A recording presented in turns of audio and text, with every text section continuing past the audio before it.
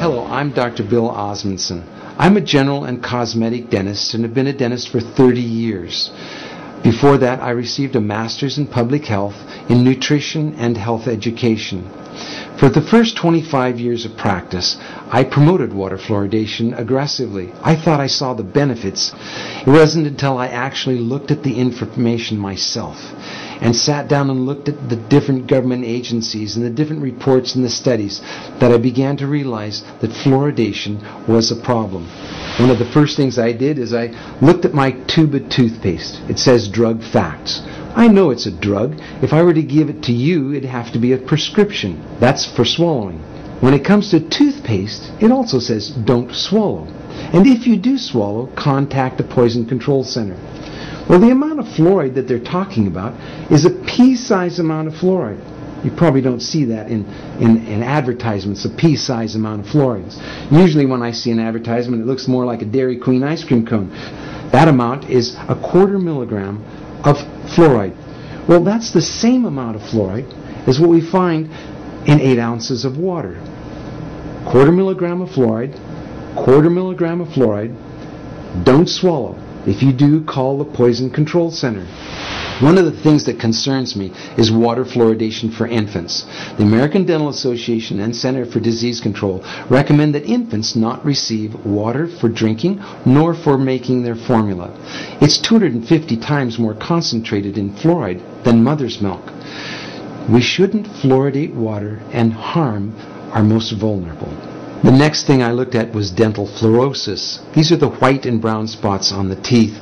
The only thing that causes dental fluorosis is fluoride.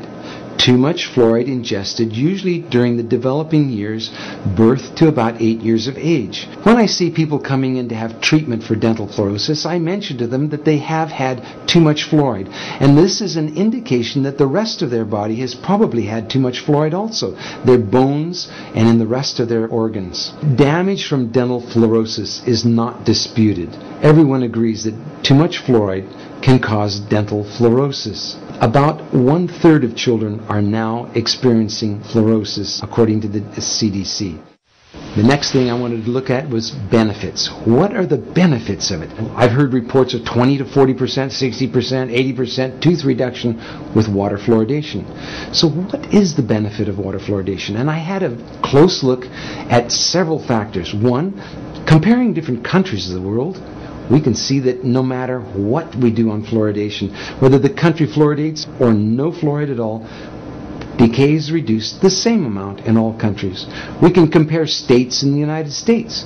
We can see on a graph that as they're plotted in order of increased amount of fluoridation in the state, fluoridation doesn't make any difference. We have the same amount of good health in the states regardless of their fluoridation. Same thing for counties and other locations. That was disturbing to me. If there's no benefit, well, why are we fluoridating? I have 2 requests for you. One is to talk to your dentist and your healthcare provider about fluoridation.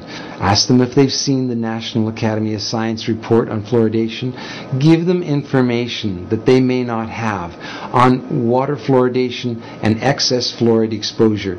That helped me when my patients casually, calmly, quietly said, have a look at this. This doctor, this dentist is concerned about water fluoridation. What do you think? None of us professionals want to harm our patients. Our whole lives are given to improving the health of people, not harming them. And so for those of you who are healthcare professionals, I'd highly urge you to look once again at the science on fluoridation. Science doesn't need to be scary. It's just information. Spend a little bit of time looking at it on both sides of the issues. Don't just look at one side filtered. Look at both sides and weigh it for yourself. The other thing is to sign an online petition with me at fluoridalert.org. The online petition requests Congress to have hearings on fluoridation. It also recommends that we no longer fluoridate our water. Thank you.